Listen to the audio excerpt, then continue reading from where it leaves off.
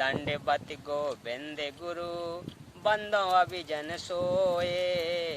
पहले भये प्रणाम तिन नमो जो आगे होए। गुरु को कीजे दंडवत कोटि कोटि प्रणाम। कीट न जाने ब्रंग कोयो गुरु कर आप समान। सत साहिब। हाँ तो श्रोता बंधुओं, आज मैं आप लोगों के सामने सत्य पुरुष का वर्तमान अवतार यही प्रसंग रखने का प्रयास कर रहा हूँ। अभी मजा आएगा ना भिड़ो। तथा तत्व ज्ञान का प्रचार परमेश्वर के पूर्वोक्त परमेश्वर के अवतार संत किया करते थे, जिससे आपसी प्रेम था। एक दूसरे के दुख में दुखी होते थे, असहाय व्यक्ति की मदद करते थे। वही शास्त्र विधि अनुसार साधना तथा वही आध्यात्मिक यथार्थ ज्ञान संत रामपाल जी महाराज को परमेश्वर कबीर साहब जी ने प्रदान किया है। मार्च 1997 को फागुन मास की शुक्ल प्रतिमा को दिन के 10 बजे जिंदा महात्मा के रूप में सतलोक से आकर संत रामपाल दास जी महाराज को सतनाम तथा सार नाम दान करने का आदेश देकर अंतर ध्यान हो गए। संत रामपाल दास जी महाराज भी परमेश्वर के उन अवतारों में से एक हैं, जो आध्यात्मिक ज्ञान के द्वारा अधर्म का नाश करते हैं। अब विश्व में शांति होगी। सर्वधर्म तथा पंथों के व्यक्ति एक होकर आपस में प्रेम से रहा करेंगे। जनता भी निर्भिमानी, राजनेता भी निर्भिमानी, न्यायकारी तथा परमात्मा के डर कर कार्य करने वाले होंगे। जनता के सेवक बनकर निष्पक्ष कार्य किया करेंगे।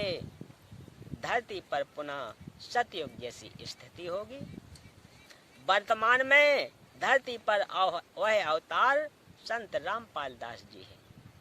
अब घर घर में परमेश्वर के ज्ञान की चर्चा होगी, जहां गांव व शहरों में तथा पार्कों में बैठकर ताश खेलते हैं। कोई राजनीतिक बातें करता है, कोई अपने पुत्र तथा पुत्र वधुओं की अच्छे या निकम्मे होने की चर्चा करते हैं। वहां परमेश्वर की महिमा की चर्चा होगी तथा ज्ञान गंगा पुस्तक में लिखे ज्ञान पर विचार हुआ करेगा। परमात्मा की महिमा करने मात्र से भी जीव पुण्य का भागी बनता है। फिर शास्त्र विधि अनुसार साधना करके जीवन सुखी बनाएंगे तथा आत्म कल्याण कराएंगे। धरती पर सतयुग में, कलयुग में सतयुग जैसा समय आएगा। संत रामपाल दास जी महाराज ही वर्तमान में वास्तव में धरती पर अवतार हैं। बोलिए सत्य गुरुदेव की जय। तो अब भक्त समाज में नकली गुरुओं द्वारा एक गलत धारणा फैला रखी है कि एक बार गुरु धारण करने के पश्चात दूसरा गुरु नहीं बदलना चाहिए। जरा विचार करके देखो कि गुरु हमारे जन्म मृत्यु रूपी रोग को काटने वाला वैद्य होता है।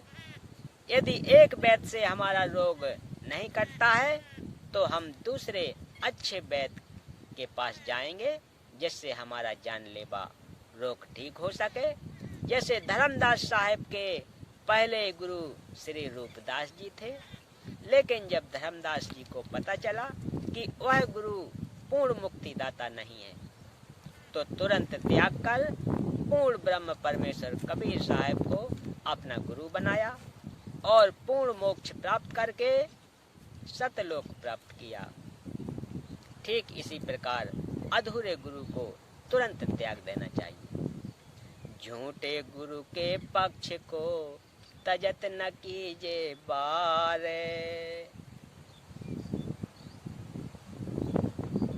बोलो सतगुरुदेव की जय।